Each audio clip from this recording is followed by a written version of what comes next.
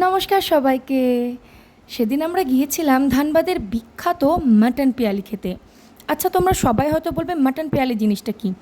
Mutton পেয়ালি হচ্ছে যেরকম আমরা মাটন রান্না করি সেরকমই, তবে টেস্টটা একটু আলাদা। একদম মাটির উনুনে রান্না হয়, কাঠের জালে।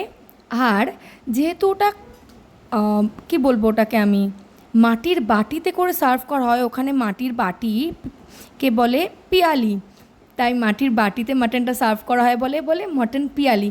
আমরা সেদিন গেছিলাম দুপুর 2টোর সময়। সকাল 10টা থেকে সন্ধ্যে 6টা অবধি খোলা থাকে। 2টোর সময়তেই দেখতে পাচ্ছ কেমন ভিড়। সিম্পল মেনু: মোটা চালের ভাত, পাঁপড়, একটু স্যালাড, ধনেপাতার চাটনি আর মাটন পেয়ালি। ভীষণ ভালো টেস্ট, একদম তেল কম, মানে আমি যে মাটন খাচ্ছি হাতে তেলই লাগছে না।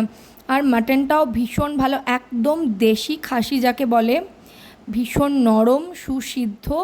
কোনো এক্সট্রা যেরকম বড় খাসির বা রেয়াজি খাসির আমাদের যেরকম গন্ধ থাকে সেরকম কোনো গন্ধ নেই। তোমরা ধানবাদ এলে অবশ্যই মাটন পেয়ালি